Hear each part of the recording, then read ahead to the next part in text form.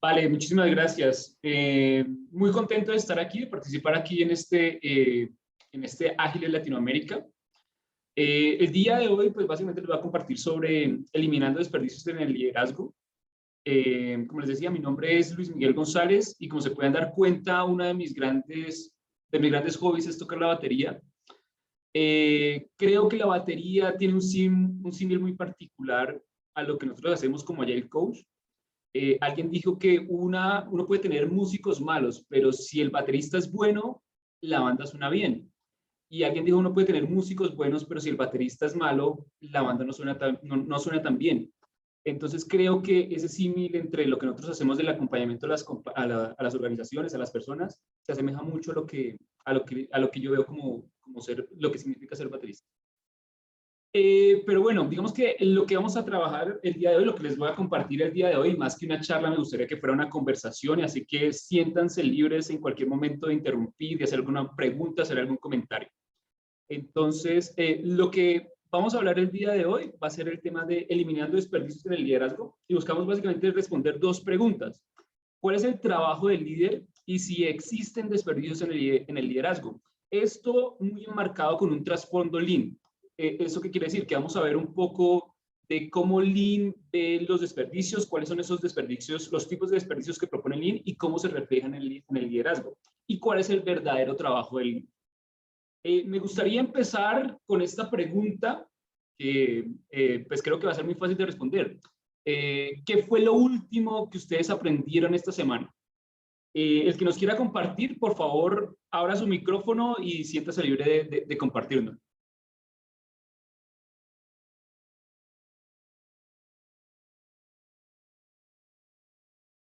¿Qué fue lo Bueno, yo, último que...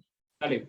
lo último que recuerdo fue una técnica que aprendí ayer en una charla en la noche sobre facilitación. Era una técnica en la que damos 4 minutos para sacar ideas, 4 minutos para agruparlas por temas y 2 minutos para votar. Es como una forma rápida de hacer un proceso de facilitación. Vale, buenísimo. Muchas gracias, Víctor. ¿Alguien más nos quiere compartir qué fue lo último que aprendió esta semana?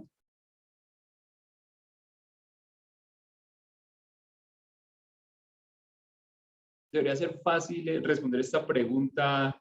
Lo último que aprendieron en este Ágiles, para que algo más sencillo. ¿Qué fue lo último que aprendieron en este Ágiles? ¿Alguna charla que ustedes hayan visto y que les haya quedado algo?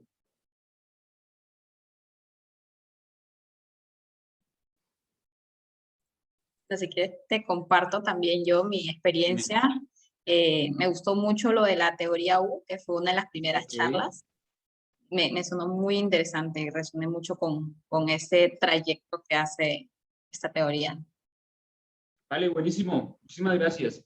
Digamos que ¿por qué traje esta pregunta acá? Porque uno de los trabajos del líder, o por lo que se debería preocupar un líder, es por identificar constantemente de forma sincera y genuina qué fue lo último que aprendió su equipo.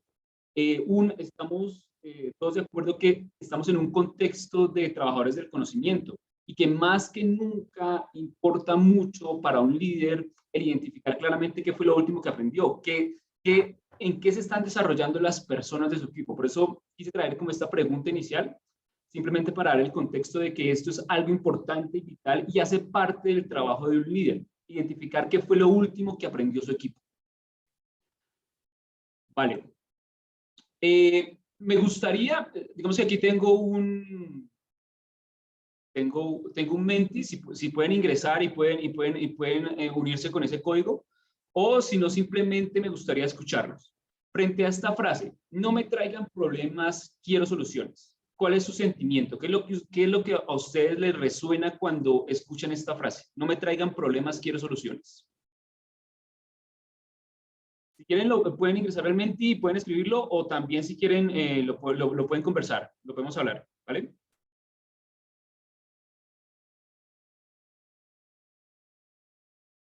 Que el fin no puede ser el producto, nos está comentando Cindy. Bien, me parece bien. ¿Qué otro, qué les pasa por la cabeza cuando escuchan esta frase? No me traigan problemas, quiero soluciones.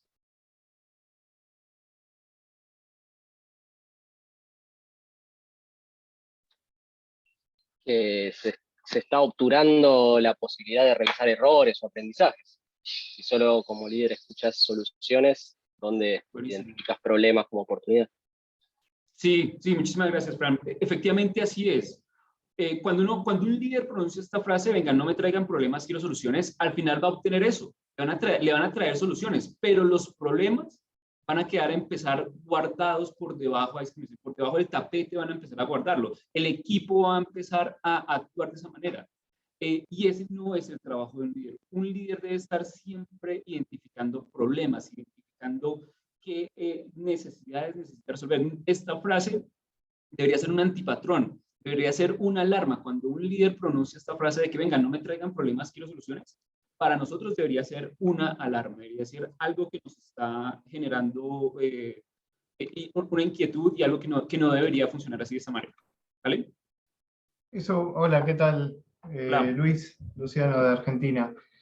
Mirá, esta frase es muy significativa. La verdad, es una frase que se usa bastante en los líderes, o yo la escucho Sí. bastante en los líderes. Sí, muchas veces como que toman a los problemas de la misma manera que las quejas. Ponen todo dentro de del mismo conjunto, ¿sí? Entonces, quizás uno tiene un problema real que no le puede encontrar una solución y busca ayuda en los líderes, ¿sí? En el líder directo o los líderes superiores a uno, y se encuentra con que uno mismo tiene que buscar la solución a ese problema del cual yo no podía tener una solución, ¿se entiende? Entonces es como que se vuelve como un boomerang. Vos tirás una pregunta y te vuelve a vos. No sé si a alguno más le pasa, pero a mí me ha pasado mucho. Por eso lo comparto. Muchas gracias, Luciano. Y me quedo con esa parte que dices, que a veces los problemas se ven como quejas. Y digamos que lo enlazo con esto, con esta frase que dijo Isao Yoshino, que básicamente dice, no tener problemas ya es un problema, ¿sí? Y es ver que el problema no es una queja, sino es uno de los trabajos que tiene que hacer el líder. Ese es uno de los verdaderos trabajos del líder, identificar el problema. Pero vamos un poquito a identificar qué es un problema, o sea, como dar esa definición de lo que es un problema. Y pues básicamente todo el tiempo nosotros estamos resolviendo problemas, desde si me lanzo, no me lanzo al agua, definir qué pareja me va a acompañar, incluso hasta qué es lo que voy a almorzar. Todo es un problema.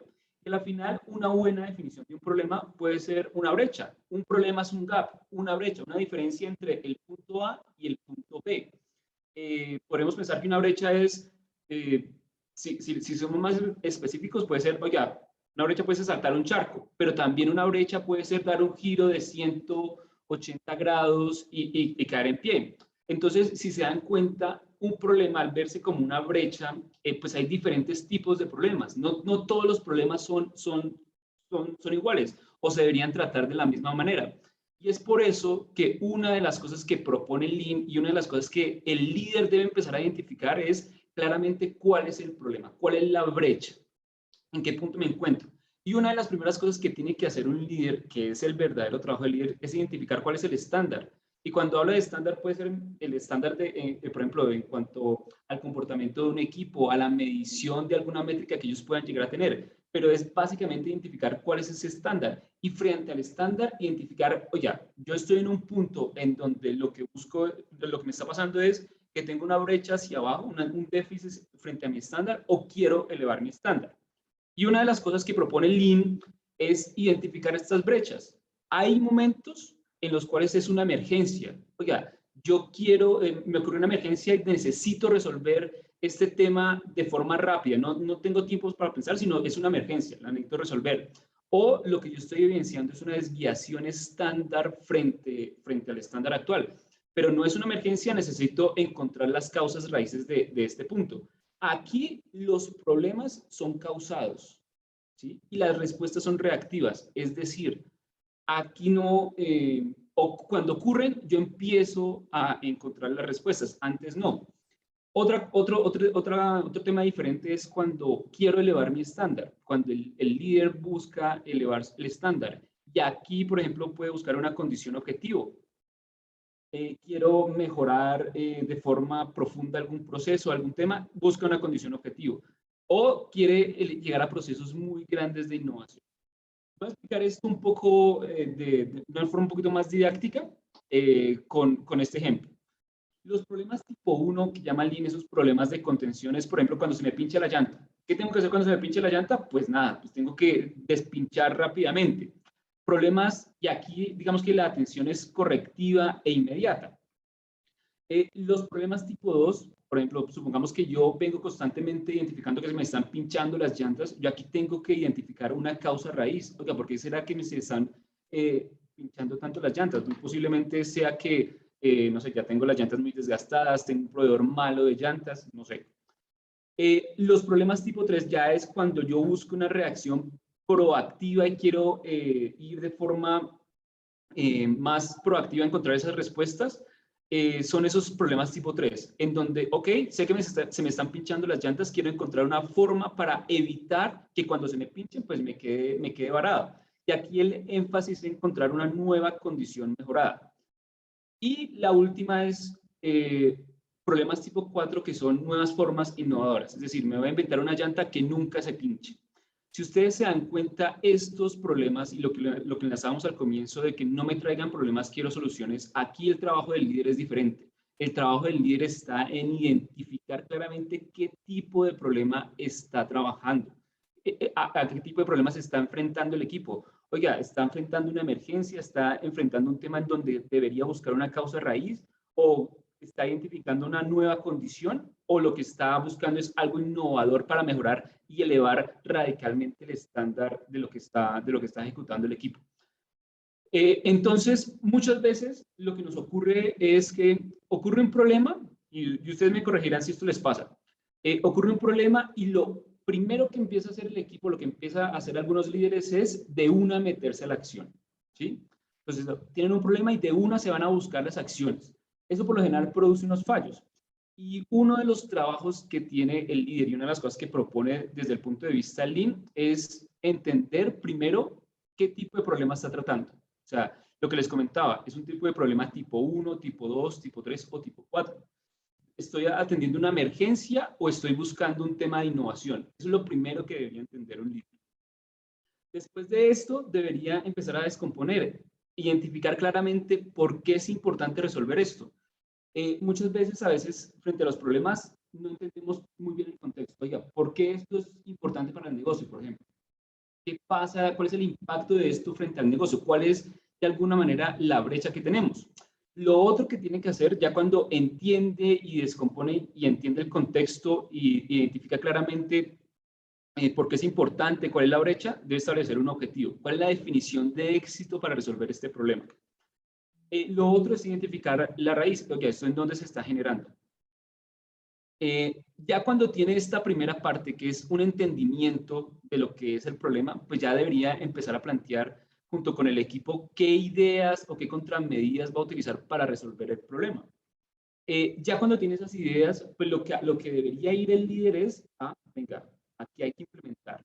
¿Implementarlo desde qué punto de vista? Desde el punto de vista de la experimentación. Aquí a la final nosotros tenemos más que ideas, tenemos hipótesis. Y lo que debería buscar es experimentar y motivar al equipo a tener una hipótesis, plantear un experimento, recolectar datos e identificar si esto que yo estoy experimentando me resuelve el problema que yo tengo aquí definido.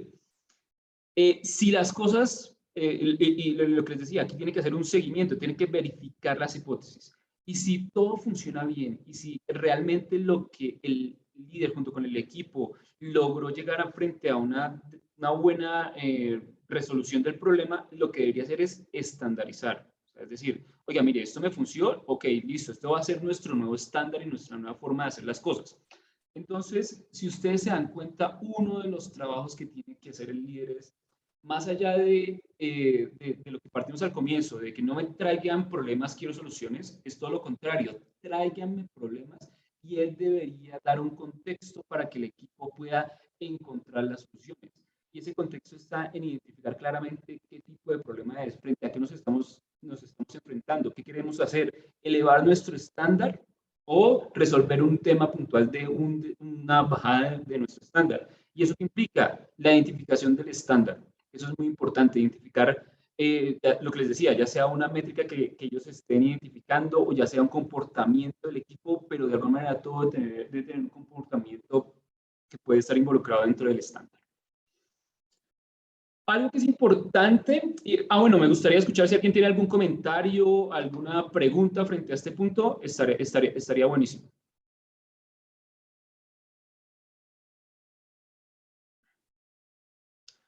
¿No?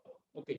Entonces, digamos que otra de las cosas que propone y que se visualizan como el verdadero trabajo del líder es, se resume un poco en esta frase. ¿Estás satisfecho con la situación actual? Puede ser el primer paso hacia la decadencia. Eso lo dijo Eiji Toyoda, otro referente de Toyota, de parte del referente de Lean. Y básicamente va muy enfocado al tema de la mejora continua. Entonces, ese tema de la mejora continua tiene que estar muy enmarcado y de pronto en esta frase, que básicamente lo que nos dice acá es que debemos aceptar que los errores pueden suceder, estar conscientes de que los errores pueden suceder, pero si nosotros estamos frente a esos errores en una buena disposición, muy seguramente vamos a estar bien, ¿sí? Tenemos que aceptar que los errores, pues evidentemente son una oportunidad y es una capitalización de aprendizaje. Y eso de alguna manera se resume en algo que muy seguramente hemos escuchado en esta palabra, Kaizen, que básicamente significa Kai, cambio, y Zen, bueno, o sea, generar un cambio bueno. Y digamos que uno de los trabajos del líder está en identificar en dónde generar ese Kaizen, en dónde generar ese cambio bueno. No se trata simplemente de mejorar por mejorar, sino identificar claramente en dónde, cómo y por qué realizar ese tipo de mejoras.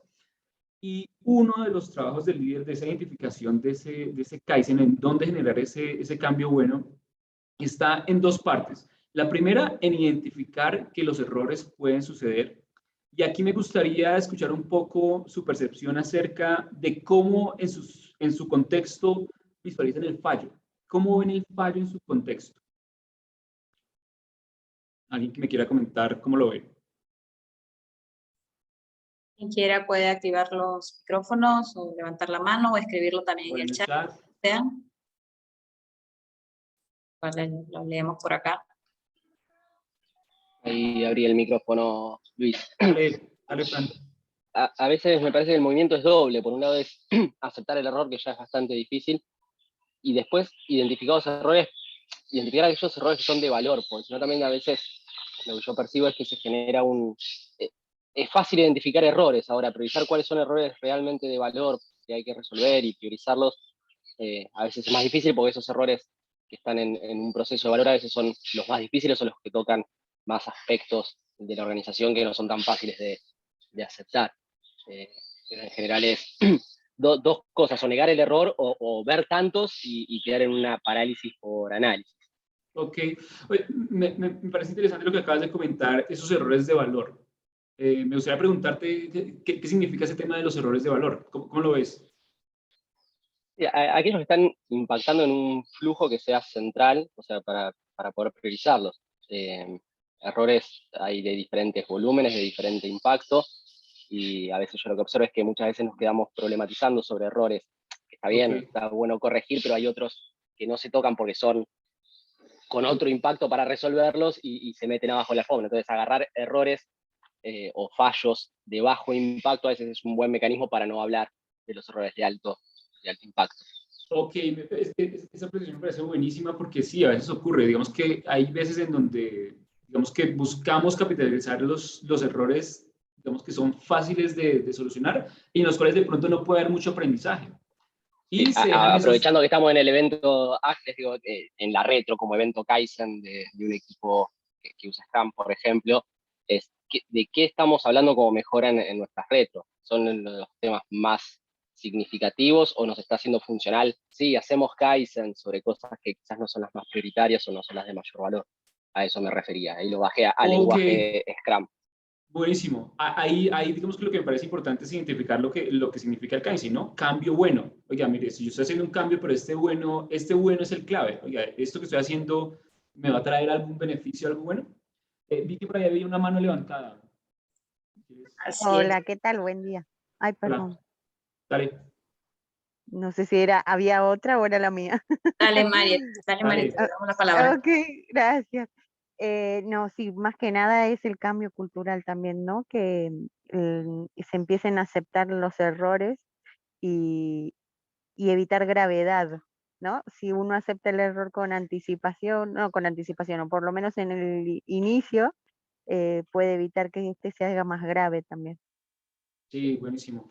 Hay una frase que siempre recuerdo que es, frente al fallo es, falle rápido, falle barato, pero también aprenda rápido. O sea, digamos que esas tres combinaciones me parece que son importantes. Oiga, y ese fallo también implica lo que nos dice acá. O sea, aceptar que los errores pueden suceder. O sea, fallar está bien, pero más allá de fallar es aprender, ¿sí? Porque esta es la siguiente parte, la disposición de aprender. No solamente se trata de ver el fallo, los errores, sino, venga, aquí estamos aprendiendo frente a esto y obviamente que el fallo no implique mucho riesgo, sino que sea un fallo de alguna manera, de alguna forma barata. Pero todo lo que dijeron me parece bien y una de las cosas que dijo Fran que me quedó fue, digamos que se resolvían muchos problemas, digamos que no había foco en algunos que eran importantes. Y uno de los trabajos que tiene el líder y de los que propone también Lean es cómo plantear la mejora. Y Lean tiene una herramienta que me parece muy buena, que más allá de la herramienta es lo que genera, las conversaciones que genera, es algo que se llama una 3.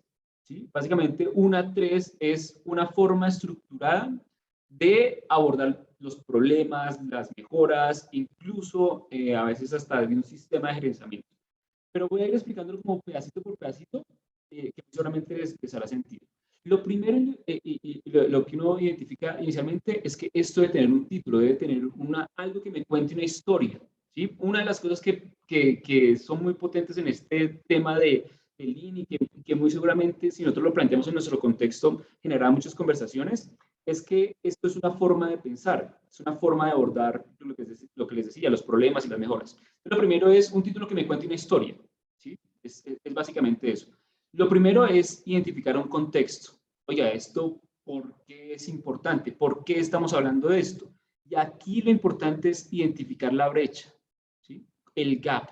Oiga, mire, es que en este ejemplo, que básicamente es el soporte que no afecta al negocio, me estoy dando cuenta que la mayoría de los SLAs no están dentro de los tiempos. Entonces, aquí ya tengo una brecha.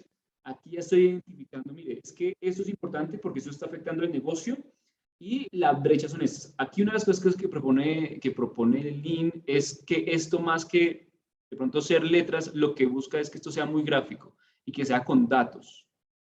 ¿Sí? Esto es muy importante, que sea con datos. Entonces aquí es plantear un contexto. Venga, porque es importante, porque esto está afectando al negocio. ¿Qué pasa si no lo resolvemos? Lo otro es la situación actual, que básicamente es tener una foto de lo que está ocurriendo hoy, ya decir un doble clic sobre esto. Oiga, mire, frente a esto, los que más incidentes nos colocan son estas plataformas, digamos que este podría ser nuestro Pareto, es identificar la situación actual. Oiga, la foto va hoy frente al problema o la mejora que estamos queriendo resolver. Lo otro es identificar unos objetivos. Los objetivos frente a este plan de mejora. Aquí básicamente es la definición de éxito. ¿Sí? Y obviamente esta definición de éxito debe ir enmarcada en los objetivos y pues estos tienen que ser SMART. ¿Sí?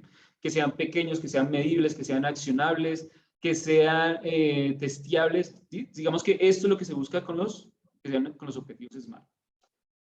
Ya con esta definición de contexto, la situación actual, los objetivos, viene una parte del análisis de las causas, identificar por qué nos está ocurriendo esto, cuál es frente a la mejora, por qué ocurre, digamos que esta brecha, cuál es la razón del por qué ocurre esta brecha. Y aquí, pues aquí básicamente es muchas técnicas, una técnica de los 5 porqués, identificar, por ejemplo, un BCM, un Value Stream Map, que básicamente, bueno, aquí se ve pequeño, pero es identificar claramente cómo es el proceso, ¿sí? Cómo son las interacciones en cada parte del proceso, en dónde se generan los posibles cuellos de botella, cuánto reprocesamiento hay en cada parte del proceso. Por ejemplo, si les preguntara en sus equipos, por ejemplo, tomando un ejemplo de un equipo Scrum, ¿Cuántas veces un equipo Scrum tiene que reprocesar una historia de usuario o una tarea? Esas son cosas que se podrían visualizar acá y que nos ayudarían a identificar las causas. Ya con esta primera parte, que básicamente es un entendimiento, entender el por qué es la mejora y qué es lo que va a mejorar, pues lo que se busca es plantear contramedidas. O sea, básicamente aquí son ideas. ¿Qué ideas nosotros podemos empezar a ejecutar para resolver esto? Con estas ideas, pues aquí básicamente esto es un momento de divergencia. O sea, diverger, generar muchas ideas, aquí se pueden utilizar métodos no sé, herramientas como Design Thinking, como un tema de algún tipo, alguna herramienta que utilicemos en alguna retrospectiva, pero así que lo que buscamos es diverger para después converger en identificar qué voy a hacer, qué voy a implementar, qué va a ser lo primero que yo voy a empezar a ejecutar para plantear esta mejora. Y lo otro, pues ya simplemente es plantear un plan de acción frente a esto cómo lo voy a hacer realidad y un seguimiento. Esto tiene que impactar esta brecha de acá. O sea, este seguimiento no va a estar, ¿cuánto he avanzado en mi plan de acción? No, sino el seguimiento va a estar enfocado en si lo que planteé resolvió o no el problema o la mejora que yo estoy identificando. Entonces, básicamente les quería compartir este formato de A3 de mejora para que identifiquen que el problema y la mejora tiene una forma estructurada de resolver y es una forma de pensar que muchas veces lo que a veces nos ocurre es tenemos la mejora y de una nos saltamos a este paso. Queremos generar de una vez la acción y si se dan cuenta hay un trasfondo que sí lo hacemos y seguimos como ese pensamiento, pues muy seguramente tenemos una mejora mucho más estructurada y con mucho más impacto. ¿Vale? Me gustaría escuchar si hay alguna pregunta frente a esto, frente a lo que les acabo de mostrar de este A3.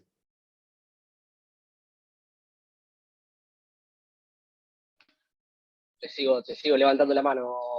Dale, me quedé dale, con la parte de análisis de causas, cuando mencionabas el value stream. También a mí me parece que es importante, o también por experiencia, no quedarse con el análisis de cómo está diseñado el proceso, sino qué está ocurriendo en la realidad con ese proceso. Porque muchas veces el proceso lo mirás dibujado y no tiene fallos, pero cuando vas al terreno, haces Kenji Genbutsu, ves que no te machea. Entonces, me ha pasado varias veces de analizar causas y cuando ves el value stream está bien, pero vas al terreno y el proceso real es otro. De acuerdo, y eso nos va a llevar a un punto más adelante, pero lo que acabas de decir es súper válido y efectivamente aquí en el análisis de causas yo puedo tener mi value stream map como está ahorita, pero en mis contramedidas yo puedo plantear un value stream map futuro. Algo así como decir, oiga, mire, así está la foto ahorita y estoy identificando que el tiempo efectivo de trabajo lo que añade valor es muy poquito y es porque en esta parte, perdón, en esta parte del proceso hay mucho reproceso, no sé, si hubiera aquí, o hay mucha demora, hay un cuello de botella, yo podía plantear en mis contramedidas un value stream map futuro, ¿vale? Y de eso se trata. Si ustedes se dan cuenta, con la pregunta que nos ha hecho Fran, ya de una vez va abriendo la conversación. Y de eso se trata, y eso es uno de los trabajos que tiene que hacer el líder, generar el contexto para abrir esas conversaciones. Una de las cosas que también dijo Fran era que de pronto la realidad era diferente a lo que se veía en el BCM. Y esto lo enlazo perfectamente con esto. Hay una frase de Fuji Cho, otro presidente de Toyota, que básicamente dice, ve a ver, pregunta por qué y muestra respeto. Eso básicamente se traduce ¿qué? En el Gemba. Muy seguramente hemos escuchado esta palabra. Para los que no la hayan escuchado, es una frase japonesa, es una palabra japonesa que significa el lugar donde ocurren las cosas. ¿Sí? Y básicamente es la acción que tiene el líder de ir realmente a donde ocurren las cosas. Yo lo coloco de pronto en mi contexto es, si yo soy el líder de un equipo de desarrollo o el gerente de TI de Telefónica, el Gemba es ir a donde está el desarrollador y sentarse al lado de él y ver preguntar por qué y mostrar respeto. Es ir directamente a donde él está, a donde ocurren las cosas. No ver, digamos que los resultados que realiza el desarrollador o las personas que trabajan a través de un PowerPoint o un Excel, sino ir directamente a donde ocurren las cosas. Y esto tiene un sentido muy importante, porque básicamente el ir al Gemba lo que le va a permitir al líder, dime. Vale, lo que le va a permitir ir al Gemba al líder es generar, identificar, uno, cuál es la alineación que existe entre la gente y los procesos y el propósito de la compañía. Es decir, el trabajo que está haciendo la gente realmente hace que el propósito de la compañía sea real. Hay el propósito, por ejemplo, de Telefónica o el propósito de Telefónica es hacer nuestro mundo más humano conectando la vida de las personas. Entonces, cuando los líderes van al Gemba, buscan identificar esa alineación. Oiga, estamos haciendo nuestro mundo más humano conectando la vida de las personas. Los procesos hacen que este propósito se haga realidad. La gente, cómo se relaciona frente al proceso y cómo vive el propósito. Eso es una de las razones, es uno de los motivos del Gemba. Es una de las cosas que se busca realizar a través del Gemba y eso es muy importante que lo pueda realizar un líder. Como les decía, no solamente ver los resultados de un área o de un equipo a través de un PowerPoint o a través de un Excel, sino verlos directamente en donde ocurren las cosas. Y aquí me gustaría dejarles, cuando hagan ese Gemba, cuando vayan a ver y pregunten por qué y muestren respeto, una serie de preguntas que van a ser disparadores entre esa conversación entre un líder y las personas que están ejecutando alguna tarea. Lo que les decía, ¿están los procesos diseñados de forma consistente para lograr el propósito? Esta pregunta me parece muy importante. ¿Cuándo fue la última vez que un líder sentado con su equipo de trabajo le preguntó qué están tratando de lograr y por qué no puedes lograrlo? Digamos que esta combinación de estas dos preguntas me parecen súper claves y cuando se hacen en el Gemba son muy potentes, ¿sí? Generan realmente esa relación entre el lugar donde ocurren las cosas, en donde el líder entiende y pregunta el por qué, y básicamente esta pregunta lo que busca es identificar problemas, ¿sí? Problemas para resolver, que es uno que hace parte del trabajo del líder, ¿vale? Y lo último, preguntarse si en ese Gemba que ustedes tienen, ese sitio en donde ocurren las cosas, tienen elementos visuales que muestran los problemas, ¿sí? Es básicamente uno de los propósitos también que tiene el Gemba, mostrar y ser visible sobre los problemas que pueda llegar a tener el equipo. Digamos que hasta aquí lo que les quería compartir es mucho sobre el tema del trabajo del líder. Y muy seguramente les puede dar una idea sobre lo siguiente, sobre los desperdicios. Y básicamente un desperdicio, lo que buscamos es no generarlo, ¿sí? Identificarlos y eliminarlo. Y desperdicio es todo aquello que no le genere valor al cliente. Y eso implica, desde el punto de vista del liderazgo, es toda acción que el líder haga que no le genere valor al cliente final. Como les decía, detrás de este tema de los desperdicios está el trasfondo de Lean. Entonces, Lean propone unos 7 tipos de desperdicio. Se los voy a explicar. El primero es sobreproducción, es decir, hacer sin valor en exceso y desnivelado. ¿Qué significa hacer sin valor? Hacer, por ejemplo, historias de usuario que nadie usa, ¿sí? En exceso, un montón de historias de usuario que se encuentran ahí, pero nadie identifica si eso realmente lo está haciendo. Desnivelado, que un equipo haga más y el otro haga menos, ¿sí? Que no estén niveladas las cargas. El otro, defectos, pues básicamente está en retrabajos y falta de calidad, lo que les decía. Un ejemplo de retrabajos es cuántas veces un equipo tiene que trabajar la misma historia de usuario. La falta de calidad, por ejemplo, cuántos días de deuda técnica tiene.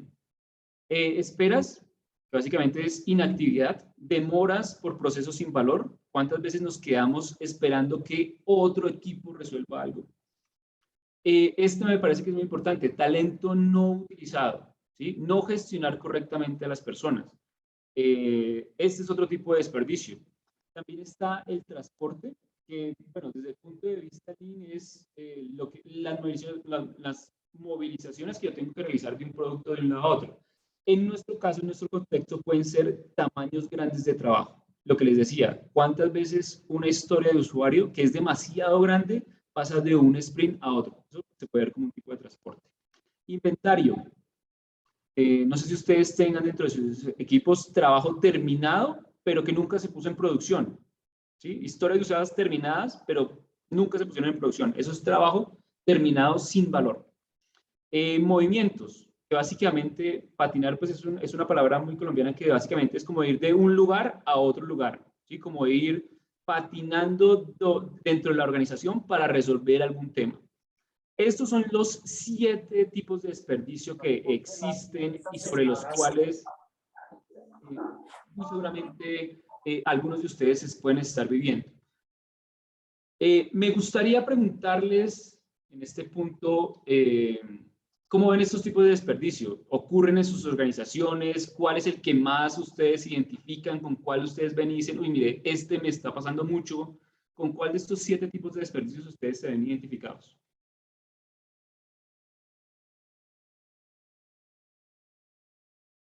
Aquí nos coloca falta de desperdicio del intelecto, ¿ok? El talento, ¿sí? El talento no utilizado correctamente. Vale, eso me parece bien. ¿Alguien más que se haya identificado con alguno de estos tipos de desperdicio?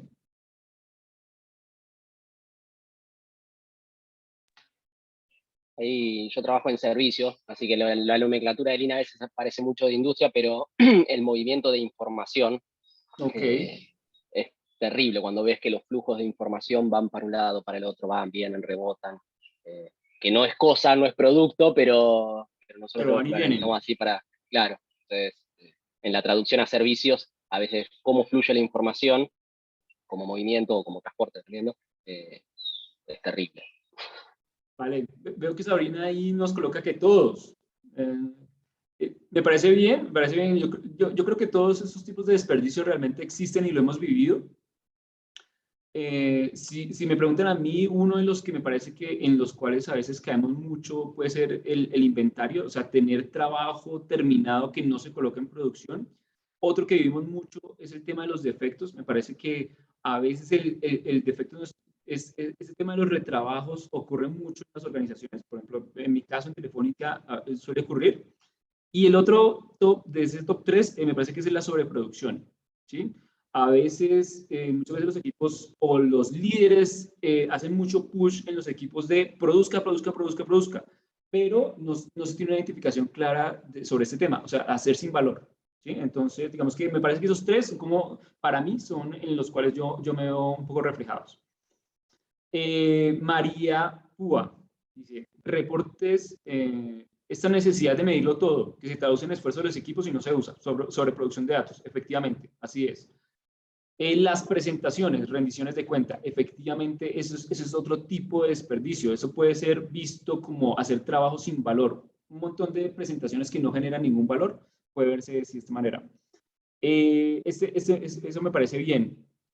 No quiero dejar de pasar algo que nos escribió Sabrina en el chat, que dice que es interesante, hablando sobre el Gemba, que dice que es interesante porque suele confundirse el Gemba con tomar decisiones a nivel Gemba, o sea, de nivel gerencial a nivel operativo. O sea, es decir, lo que entiendo es que ir al Gemba no es que el líder vaya a darle órdenes a la persona que está en el lugar donde ocurren las cosas. No. Ir a alguien va es, como se decía al comienzo, mostrar respeto. No es un tema de él ir a dar orden, sino mostrar respeto, preguntar por qué y mirar. Buenísimo. En el punto 2, falta de deuda técnica, sí, efectivamente. Digamos que cuando aquí hablamos de la falta de calidad, estamos hablando de deuda técnica también, evidentemente. Listo. Me gustaría, y aquí nuevamente, básicamente, es como tener una medición de lo que ustedes creen que puede ser la incidencia del líder en la generación de estos desperdicios. Entonces, si quieren, porfa, ingresen a Menti con ese código, o si lo quieren conversar acá, también estaría buenísimo. Entonces, ¿cuál creen ustedes que es la incidencia del líder en la generación de esos desperdicios? Y si creen también que el líder genera esos desperdicios.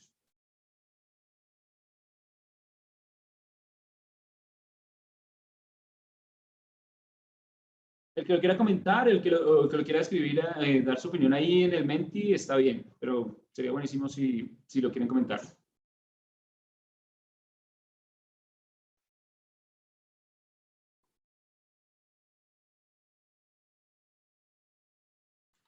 Vale, si me preguntan, yo creo, y una de las cosas que se veía, digamos, que tiene trasfondo de esta charla es que el líder de alguna manera tiene incidencia en todos estos. O sea, el líder, si bien el líder uno podría pensar que es en el talento no utilizado, pero la incidencia que tiene el líder en la generación de estos desperdicios es total, porque el líder es el que tiene la visión holística y debería tener la visión holística de todos estos tipos de generación de desperdicio. Es de mucha responsabilidad. Uno podría pensar en el talento no utilizado, pero también está en la sobreproducción, también está en el inventario, porque de alguna manera él debe identificar qué es lo que deberíamos pasar a producción o mover hacia producción. También está en todo. Entonces me parece que la incidencia y la generación de desperdicios en el liderazgo está no solamente en que los equipos generen algún tipo de desperdicio, sino en el mismo desperdicio en sí. O sea, el liderazgo tiene esa responsabilidad. Y lo que les decía al comienzo, de que no me traigan problemas, quiero soluciones. Si eso se mantiene constante, pues tenemos una buena incidencia en la generación de desperdicios. Pero si el líder tiene una forma estructurada de ver los problemas, tiene una forma correcta de ver las mejoras, de ver el cambio, los Kaizen, el cambio bueno, también de identificar cómo hacer una mejora estructurada, de ir al Gemba y de tener claro estos 7 desperdicios, pues seguramente esto se va a empezar a reducir. Me gustaría preguntarles de forma final, ¿qué pasa? Me gustaría preguntarles ya para cerrar esta charla, es acerca de esta pregunta. Si ustedes tuvieran que eliminar un desperdicio definitivamente, un desperdicio de estos, ¿cuál sería ese desperdicio que ustedes quisieran eliminar definitivamente, de forma definitiva? Esta pregunta. Si tuvieras que eliminar un desperdicio definitivamente, ¿cuál sería? ¿Cuál sería ese desperdicio que ustedes quisieran eliminar de forma definitiva? Adelante, Mary, que tienes la manito levantada. Bueno, yo creo que uno de los desperdicios es no metricar cosas que realmente no valen la pena, y luego el desconocimiento de los roles y las responsabilidades tal vez lleva a hacer un rework o pasos totalmente innecesarios en el proceso. Gracias. Vale, buenísimo. Muchas gracias, Mary. Otros dos, mano levantada. Adelante, Fran. Sí, pregunta medio capciosa a todos, pero si tuviese que pensar en uno y en esas categorías, para mí el de sobreproducción es el que hace que se oculten muchos de los otros. Ok. Vale, buenísimo. Vale, muchísimas gracias, Fran. ¿Alguien más que quiera compartir? Alguien dijo sobreproducción. Veo que se repite mucho este tema de la sobreproducción, ¿no? Entonces, pues nada, me parece que es muy importante y es uno de los trabajos del líder identificar lo que realmente genera valor. Y no se trata de hacer mucho, sino generar lo que genera el impacto. Y me parece que eso es una responsabilidad también de nosotros. Uno, hacerlo visible y dos, generar las acciones para evitar que eso siga pasando. Pues nada, ya cumplimos el tiempo. Y pues nada, si alguien tiene alguna pregunta, comentario, también me gustaría que me lo hicieran saber. Y me gustaría pues seguir la conversación desde ese hashtag sobre desde sus acciones, qué acciones ustedes podrían realizar para eliminar ese desperdicio que ustedes quisieran eliminar, qué acciones ustedes realizarían para poderlo eliminar. Pues nada, para mí fue un gusto y un placer placer compartir con ustedes estos minutos hablando sobre estos temas de desperdicio, liderazgo, de Lean. Y pues nada, ahí estoy disponible, estoy al alcance de todos para los que quieran seguir la conversación y con muchísimo gusto. Muchísimas gracias por asistir a esta charla. Muchas gracias, Luis, y a todos los asistentes también por estar presentes en este espacio. No se olviden que revisen las agendas para las siguientes sesiones. Acá nada más, Luis, te quedó una preguntita acerca del Gemba. ¿Cómo definirías el Gemba en los contextos virtuales? Igual, el Gemba en los contextos virtuales, si definimos el Gemba en donde el sitio en donde ocurren las cosas es, y lo coloco en el contexto del desarrollo de software, es básicamente tener una sesión en Teams en donde el líder se sienta con esa persona que ejecuta. Cuando digo líder, puede ser un director de tecnología, realiza un Teams con la persona, se sientan, ven, conversan, él pregunta por qué, mira cómo ejecuta el trabajo, es igual. El Gemba es eso. Simplemente es ir a donde ocurren las cosas, mostrar respeto, preguntar por qué y generar identificación de problemas. Buenísimo, buenísimo. Bueno, ¿qué les parece si cerramos con una fotito? Antes Dale. de eso, vamos a parar la grabación. Muchas gracias a todos.